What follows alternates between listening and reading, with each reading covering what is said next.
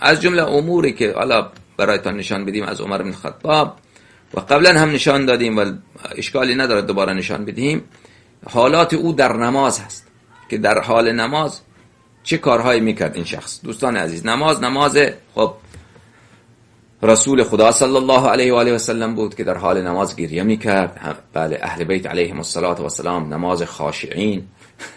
اما نماز عمر را ببینید که در حال نماز خود چی کار میکرد. دوستان عزیز،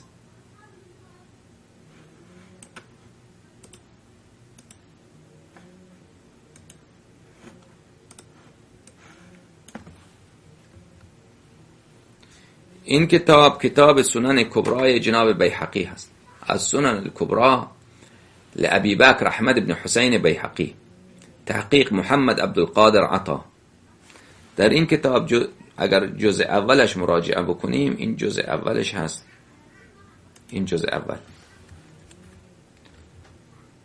سنن کبرای بیهقی.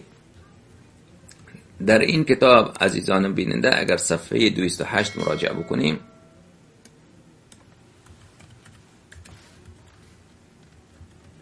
صفحه 208، بله، روایت 632. وروى الشافعي في كتاب القديم عن مسلم وسعيد عن ابن جريج ابن ابي مليكة عن عمر بن الخطاب. نماز عمر را ببینید که در حال نماز بود. بینه هو یؤم الناس، نماز افرادا نبود، خودش امام جماعت بود. خب این ملعون به مردم نماز میداد. من خلیفه هم جانشین رسول خدا صلی الله علیه و آله و سلم هستم، مردم هم دنبالش ایستاده نماز بخوانن. اذا زلت يده على ذكره فاشار الى اناس نمكثوا، دستش را درون کرد به ایزار خود و اونجا بارون عوض دستش را اونجا خود علیاذ بالله. بعد به مردم اشاره کرد صبر کنید، صبر کنید.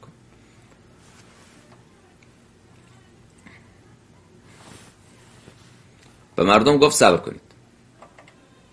ثم خرج فتوضأ ثم رجع فأتم بهم ما بقي من الصلاة. مردم صبر کردن، رفت بیرون وضو کرد، برگشت و دوباره نمازش را ادامه داد.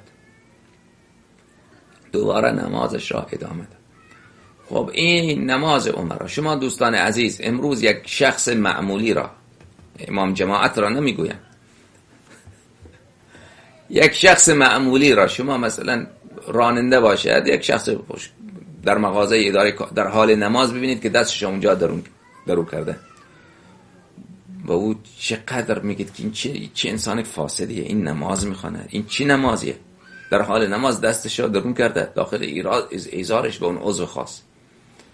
این ملعون در حال جماعت، بعد اینا هم بله او را خلیفه خود میدانه.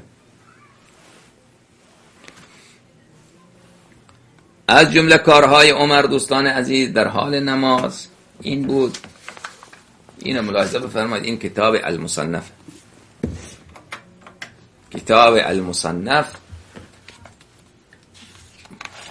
مصنف ابن ابی شیبه، جزء ثانی، طبع دارالفکر، در سال 1429 در دارالفکر بیروت لبنان چاپ شده.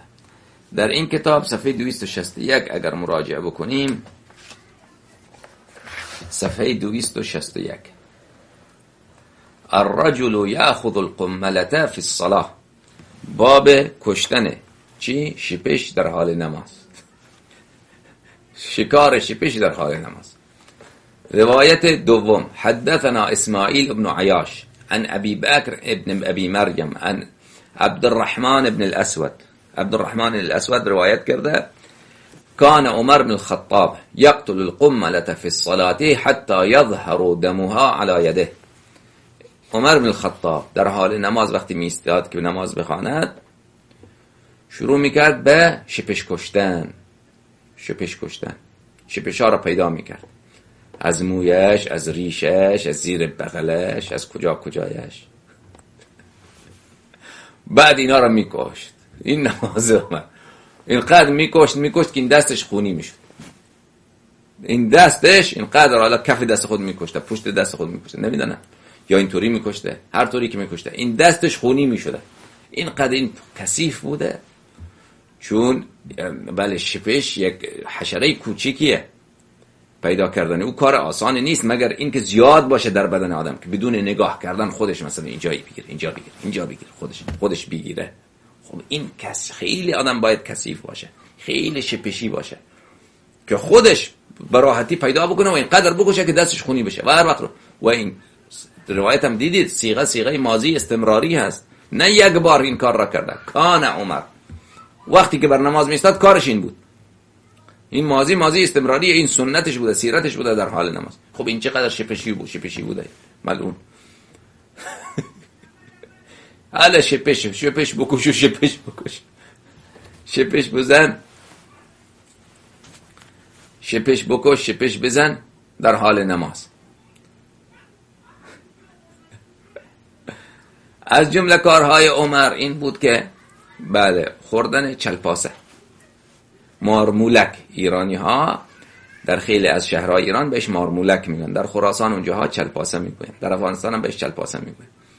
عمر خوراکش چلپاسه رو خیلی دوست داشت.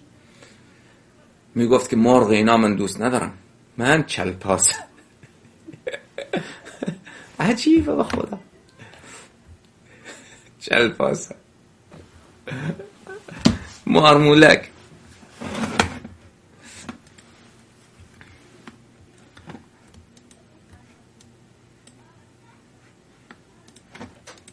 کتاب المغنی ابن قدامه را براتون نشان بدم عزیزان بیننده. از کتاب‌هایی هست که در فقه جماعت عمریه هست.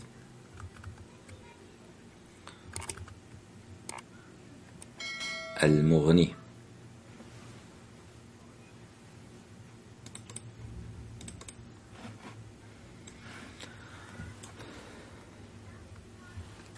این کتاب المغنی لابن قدامه و یلیه الشرح الكبیر جزء 11 طبع دار الكتب العربی، کتاب الصید و الذبائح. خب دوستان عزیز، در این کتاب خود شما الان ملاحظه می‌فرمایید که بله خدمت شما عرض کنم که صفحه 81 این کتاب اگر ما بریم، صفحه 81 این کتاب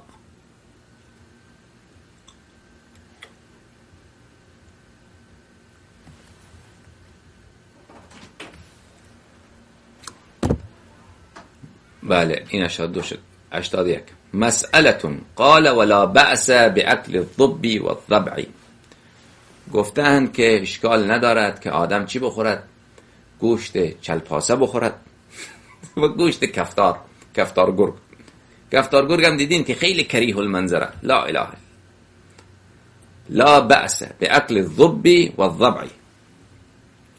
گوشت چلپاسه خوردن هیچ اشکالی ندارد، بلکه مستحب، چون سنت عمر. و گوشت کفتار گرگ.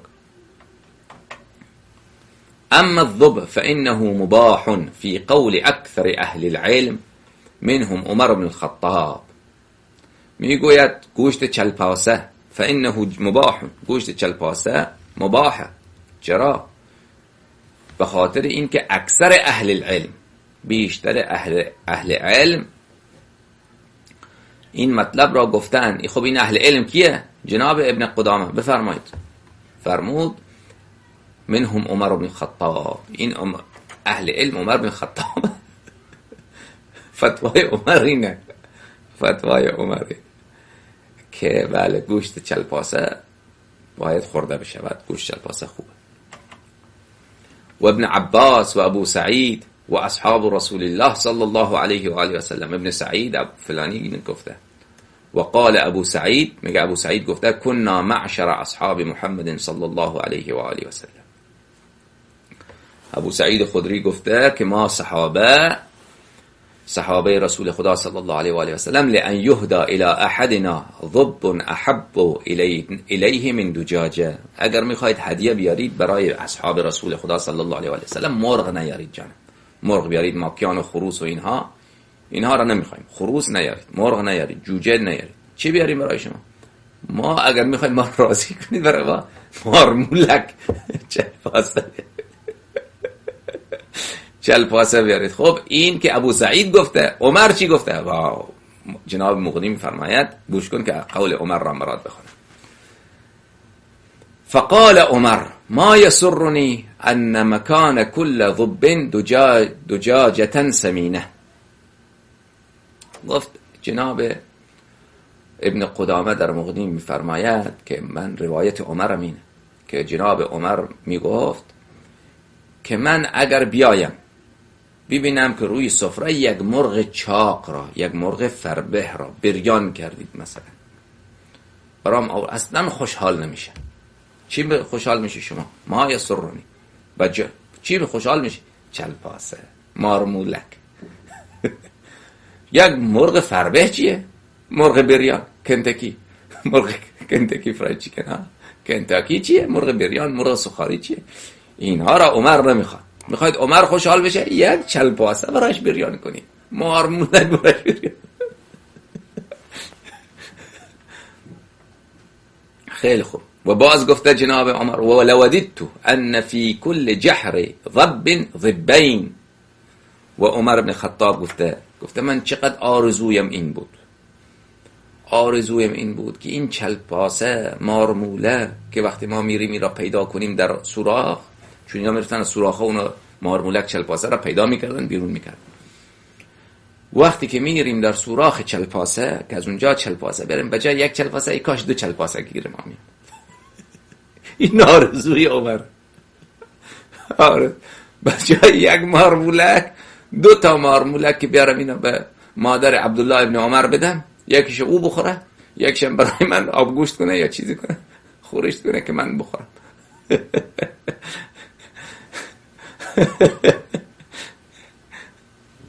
این بله